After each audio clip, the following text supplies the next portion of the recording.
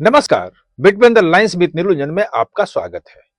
आज हम बात करेंगे कि वेनेजुएला पर जो हमला था ट्रंप का, अमेरिका का, और वहां के राष्ट्रपति निकोलस मदुरो को जो उनकी पत्नी को पकड़ के ले गया, और ये कि ये ड्रग कार्टेल चलाता है और अमेरिका में ड्रग सप्लाई करने का सबसे बड़ा कार्टेल है, और क्या चीजें, और पेट्रोल जो है वो अमेरिका से छीन लिया है, ये तमाम चीजें चल रही हैं।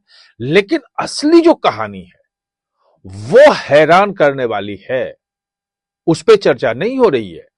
वो बहुत बड़ी कहानी है, और वो एक अमेरिका पे सिर्फ ये नहीं था कि वो पेट्रोल वहां पे है और अमेरिकी कंपनियां से तो वो तो 2000 में छीन लिया था। राष्ट्रीयकरण तो 1976 में हो गया, 74 में हो गया था वहां के तेल कंपनियों का, जो अमेरिकी तेल कंपनियां थी, और वो सब 2000 के बाद बाहर आ गई थी। ये 24 साल बाद क्यों करना पड़ा? इसके पीछे पेट्रो डॉलर, यानी कि जो डॉलर का डोमिनेंस है, उस पे बहुत बड़ा खतरा आ गया था, बहुत बड़ा खतरा आ गया था। और ये जो हमला हुआ है और निकोलस मादुरो और उनकी पत्नी को पकड़ के ले गया, ये पूरी दुनिया में शिहरन हो गई है। भारत, चीन, रूस सब सोच रहे हैं कि आखिर अगर अमेरिका यहां तक जा सकता है, और क्या जाएगा, जो डॉलर जो खत्म हो रहा है, डॉलर का डोमिनेंस जो खत्म हो रहा है, प्रभाव जो कम हो रहा है, को रोक पाएगा? यह दुनिया और ज्यादा उसको लेकर सचेत हो गई है कि किसी भी तरह से अब ये जो डॉलर का जो डोमिनेंस है और अमेरिका की जो दादागिरी है, इससे बाहर निकलना है। क्या पूरी दुनिया एकजुट होगी इस मामले में? इन तमाम चीजों को हम समझेंगे, लेकिन उससे पहले आपसे अनुरोध है कि आप हमारे चैनल को सब्सक्राइब कीजिए, बेल आइकन बटन दबाइए, ताकि आपको समय पे वीडियो मिल सके। और कमेंट जरूर कीजिएगा, क्योंकि आपके कमेंट से बहुत सारे नए जो हैं वो पर्सपेक्टिव मिलते हैं, चीजों को समझने का अवसर मिलता है और वीडियो बेहतर बनता है। तो सबसे पहले ये कि ये जो पेट्रो डॉलर, थोड़ा सा कहानी डिटेल में है, थोड़ा सा सब्र करके सुनिएगा कि जो पेट्रो डॉलर है, पहले नहीं था। पहले जो डॉलर हो, कोई भी करेंसी होती थी, वो होता था गोल्ड रिजर्व पे, कि आपके पास जितना गोल्ड है, जितना ही करेंसी छापेंगे, जितना आपके पास गोल्ड का रिजर्व होगा। और ये बात 1974 में सऊदी अरब के साथ हेनरी किसिंगर, ये वहां के एनएसए, नेशनल सिक्योरिटी एडवाइजर थे, और ये कहा जाता है कि हेनरी किसिंगर ने ही अमेरिका और चीन को साथ लाया था। वो बड़ी भूमिका थी, पूरा का पूरी दुनिया की कूटनीति उलट पुलट कर दी थी। और उसी ने सऊदी अरब के साथ समझौता किया कि अब तेल जितना भी बिकेगा वो डॉलर में सौदा होगा, किसी अन्य करेंसी में कोई सौदा नहीं हो सकता है। पेट्रोल अगर बिकना है तो वो डॉलर में ही बिकना है। और तब से डॉलर की डोमिनेंसी शुरू हो गई, क्योंकि पेट्रोल सबको चाहिए, मतलब डीजल सबको चाहिए, क्रूड ऑयल तो, तेल के बिना तो कुछ खेल ही नहीं हो सकता, चल ही नहीं सकता है। और उसके बाद, और उसके एवज में सुरक्षा की पूरी गारंटी दी कि सऊदी अरब पे कोई भी हमला हुआ तो उसकी सुरक्षा की जिम्मेदारी जो है वो अमेरिका की है, यूएसए की है।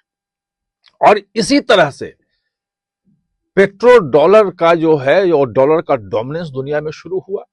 सभी दुनिया के तमाम देशों को आप देखेंगे कि आप भारत का पूछेंगे कितना है, तो आपको बताया जाएगा कि जो है वो 696 बिलियन डॉलर का रिजर्व है भारत के पास।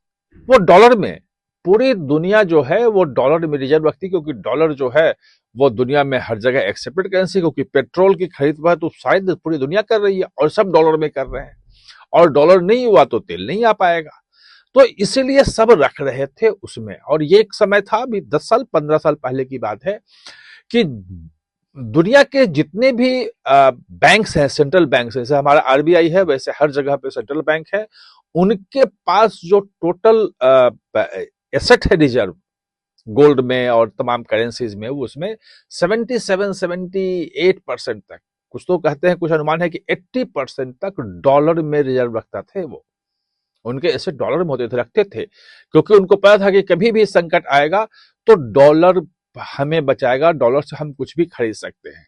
और 1991 का जो भारत पे जो पेमेंट का जो संकट आया था और आईएमएफ से मदद लेनी पड़ी थी, वो भी डॉलर ही था कि आपके पास 2-3 महीने के आयात के लायक ही डॉलर बच गए थे और आप आयात नहीं कर सकते, वो डॉलर नहीं होता तो ये डॉलर डोमिनेंस है जो अब घट करके 57% आ गया है रिजर्व, जो 80% के आसपास हुआ करता था। अब है क्या कि पिछले अगर 15-20 साल में देखेंगे तो कई देशों ने ये डॉलर के डोमिनेंस को चुनौती देने की कोशिश की और उसमें उनकी जान गई, वहां के जो शासक थे वो खत्म हो गए। ये मैं आपको बता रहा हूं कि 2000 में सद्दाम हुसैन को देखा कैसे वो नीचे गड्ढे में छुपे हुए थे, अंडरग्राउंड थे, और कैसे उनको निकाला गया और उनको मारा गया। तो वो सद्दाम हुसैन ने उसने कहा था कि अब वो यूरो में 2000 में घोषणा की थी कि अब डॉलर के बजाय वो पेट्रोल जो है, वो तेल का सौदा जो है यूरो में करेंगे, यूरो में पेमेंट लेंगे। यूरोपियन यूनियन बन गया था, यूरो बहुत मजबूत करेंसी के रूप में देखा जा रहा था। उसके बाद आपने देखा कि 2003 में कैसे खत्म हो गया, मार दिया गया।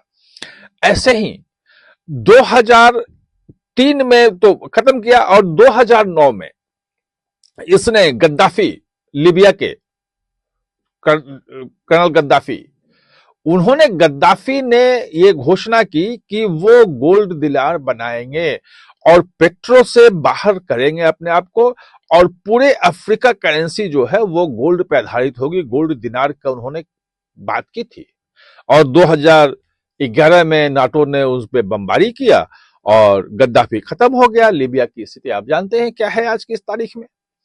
ये जो चल रहा है, ये बताया जा रहा है कि 2018 में, ये तो हुए 2018 में जाकर के इसने भी वेनेजुएला में और निकोलस मादुरो ने, इन्होंने कह दिया कि अब हम जो है वो डॉलर के बजाय दूसरे करेंसी में भी करेंगे। और बड़े पैमाने पे जो चीन तेल खरीदता है वेनेजुएला से, बहुत बड़े पैमाने पर लेता है और वो पूरा का पूरा युआन में भुगतान हो रहा था और बाकी देशों के साथ।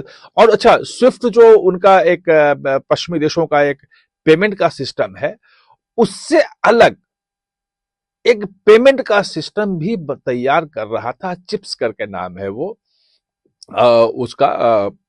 वो सिस्टम भी था कि बैंक टू बैंक हो, चाइना बैंक्ड है और कहते हैं कि 188-89 देश इसमें शामिल हो गए हैं और 5000 बैंक इससे जुड़ गए हैं।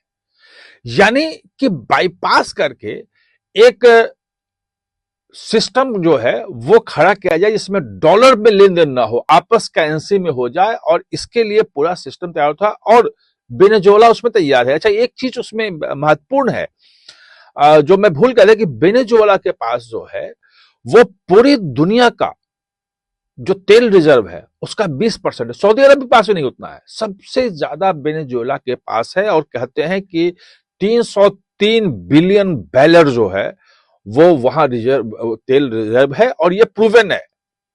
ये सब तरफ से सब लोग मानते हैं कि दुनिया का सबसे बड़ा तेल रिजर्व है और वो तेल बेच रहा है दुनिया की दूसरी इकोनॉमी जो है चाइना को।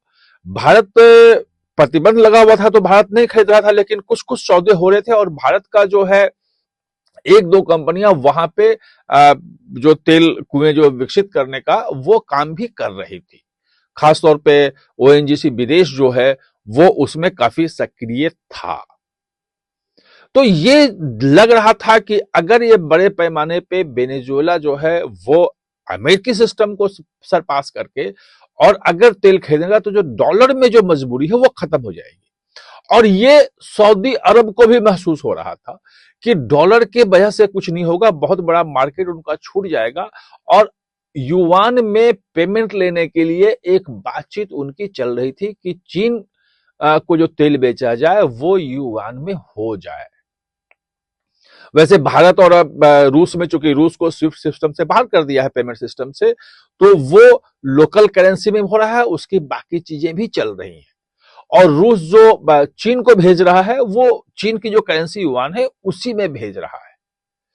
तो पूरा का पूरा सिस्टम जो है वो कोलैप्स जो है कर जाएगा, डॉलर का डोमिनेंस खत्म हो जाएगा। डॉलर सब रख रहे हैं कमा के, मेहनत की कमाई से, और चूंकि डॉलर जो है वो रेफरेंस करेंसी है, उसी में सारे होते हैं, तो अमेरिका को सिर्फ वो छापना है, उसको कमाई नहीं करनी, उसको सिर्फ छापना ही है, और बाकी उसको दुनिया जो है वो संभाल के रखे। ये खत्म हो रहा था। और लोग ये कहते हैं कि अगर डॉलर का डोमिनेंस इसी ढंग से रहा तो 100 साल 200 साल का कभी अमेरिका के सामने कोई देश टिक ही नहीं पाएगा, क्योंकि उसके पास संसाधन आ ही नहीं पाएंगे। और ये डॉलर का डोमिनेंस खत्म हो रहा है। मैंने बताया कि 80% जो तमाम दुनिया के सेंट्रल बैंक रखते थे अपना रिजर्व डॉलर में, वो अब 57% आ गया है।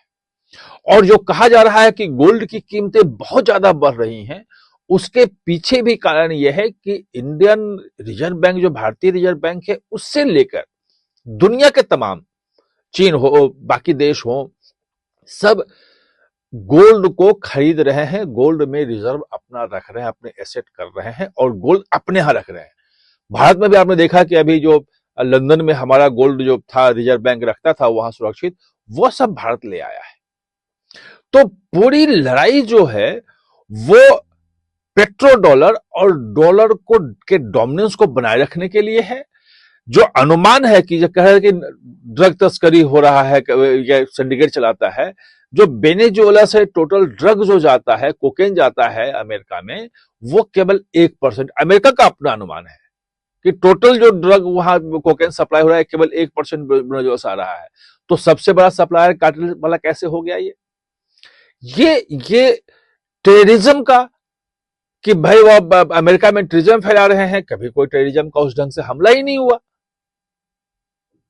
और वो टेररिज्म फैला के कोई प्रूफ तो है नहीं इसकी। वो जो अमेरिकी कंपनियों का है, वो मैंने आपको पहले बताया कि सब हड़प लिया हमारा, तो वो तो 1974 में सरकारीकरण हुआ था, 2000 के बाद सब सारी कंपनियां चली गई। और उसमें तो जितने भी दुनिया के देश हैं, वो भारत में भी सरकारीकरण हुआ, तमाम बैंक जो प्राइवेट थे 1970-71 में वो सब सरकारीकरण उसका हो गया था। जो एयर इंडिया टाटा की थी, वो सरकार ने उसको ले लिया था।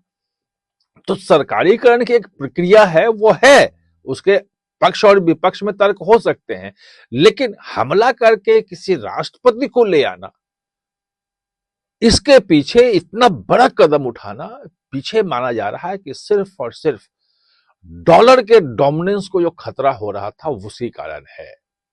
हम कभी बताएंगे कि इसके बाद भी रुकना नहीं है। ये अगले वीडियो में बताएंगे, थोड़ा लंबी बात हो जाएगी वो, कि उसके बाद भी डी डॉलराइजेशन जो है दुनिया में, वो तेजी से शुरू हो चुका है, और अमेरिका अब उसे रोक नहीं सकता।